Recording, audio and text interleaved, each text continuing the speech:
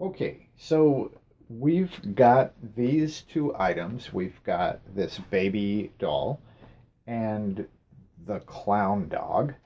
I was planning on looking at these two individually, but as they come together, it does seem like they belong together. So here, I mean, because they're so good together, what I'm going to do is a little tarot reading on what is the connection between these two? Why are they such a dynamic duo? And just taking a peek at these and seeing what we got. So here we go with the tarot reading for these two.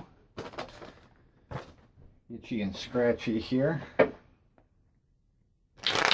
I don't believe that's their names. I actually don't really know either of their names. Although the dog seems to be something of a Raleigh, but I don't really know that. So let's do a reading on the connection between these two guys. The baby I just inherited today from Lars Kommienezuspadt, and he brought it to me, and to be honest, it was one of the creepiest things that I've ever seen. When it goes from laying down to sitting up, its eyes open, and its eyes are very convincing. The cracked paint on the doll would suggest that it is not new by any means, but I don't really know.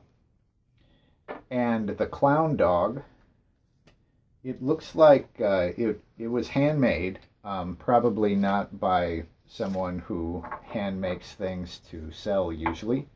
It's really hard to say. It's so weird. Like, if you look at it from different angles, it's a completely different creature.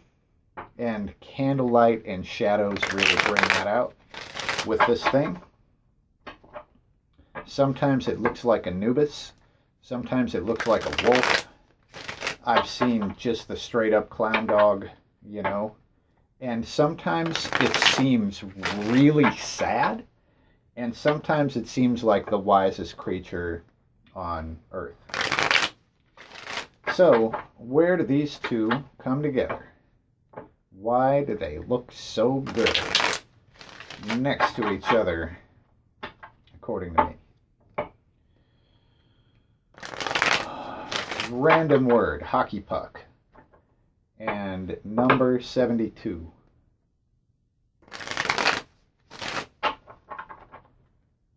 Okay. So,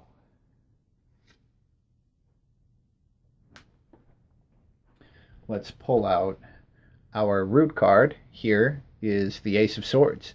And the Ace of Swords is about control, right? The Ace of Swords is about taking control and just making sure things go the way you want them. And it's totally about taking responsibility over things. It's a fascinating card to show up. So, the bottom of the deck here and the root card is the Seven of Wands. So the Seven of Wands, this is like coming out of an old restriction. Like here the person was in the forest, and then just through not giving up and guts, eventually they find their way out and out of their own restriction. Now, right away, these two together would show basically force of will here, used to like get out of this like dark and scary forest sort of thing. So I mean, I don't know, you could read in that they were searching for each other, but it's definitely strength of will that united them. So we're going to pull a card, one for each side, and we're going to start with the dog. So let's just pull a card to represent the dog's part of this journey. We get the Five of Swords, and the Five of Swords is like insult. So, that's interesting. Let's find out the other side before I read too much into the Five of Swords. So, on the side of the baby, we have the King of Cups. So, when we put those together, This would actually look like the the energy surrounding the dog. There was some sort of fracas. Um, it almost looks like the dog pissed off the baby, or something like that. I mean, considering that they probably, in order for there to be a connection, they would have had to have had the same keeper at some point. So here there's Fracas, and over here the King of Cups is just the awesome dude. So the King of Cups would be very forgiving.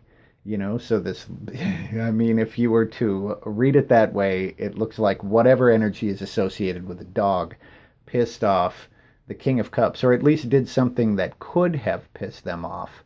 But the King of Cups is just like a solid, forgiving dude. So, I mean, the question is, where do we go from here? So let's look at those because I want to know more about that. There's a lot that could be read about that.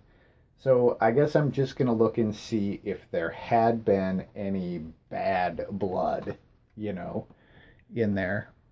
So the card that comes out is the Two of Pentacles. Um, I would not read that as a bad blood card for sure. The Two of Pentacles is about kind of rotating between these two different things. I mean, I would guess someone just had them both. And that doesn't seem like it could be true, but that is the story that's coming out. I mean, someone wielded them both of their powers or something like that. They're united through this dancer that wields them both. I suppose in this case it's actually me. Um, but that's not bad blood. That's just being wielded by the same force. And it looks like wielded in a way in which on one side there was insult, and on the other side there was just like, whatever. Okay, so I guess next we're gonna sit the Ovilus with these two for a couple of minutes just to see what it says. All right, so what I'm going to do is roughly 2 minutes with this thing. This is the Ovilus version X revision B. Um, and let's just sit this thing over here. It can be very hard to understand sometimes. I don't have a printout screen, but let's just see what happens. 2 minutes with the Ovilus.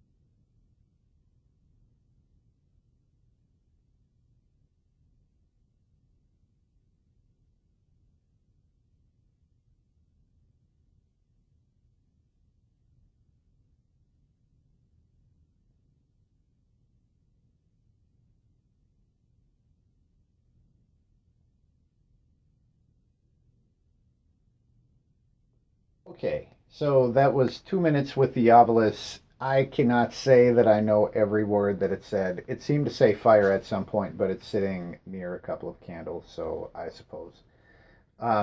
In reviewing in that time, the reading, so Basically, at least one aspect of what the reading is talking about, especially when it comes to uh, how the energy surrounding the dog and the energy surrounding the baby. Um, the energy surrounding the dog, I mean, the way that this statue came to me was definitely not without this. I mean, there was a certain amount of that sort of energy that was in there.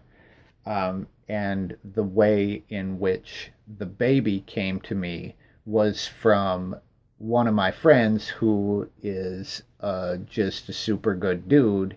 In this case, could definitely be considered the King of Cups. Um, and also in this case, I would be the one rotating between the two and wielding them both.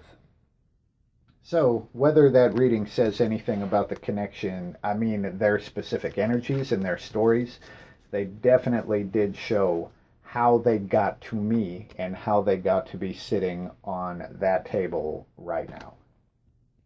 I think I'm going to do spirit drawings next, probably individually for these guys, at first at least, and then I might do a spirit drawing with them together. If you feel like you have any good ideas for like different ways to sort of test out the energy of these things or any of the other items that we're going to be looking at, feel free to let me know.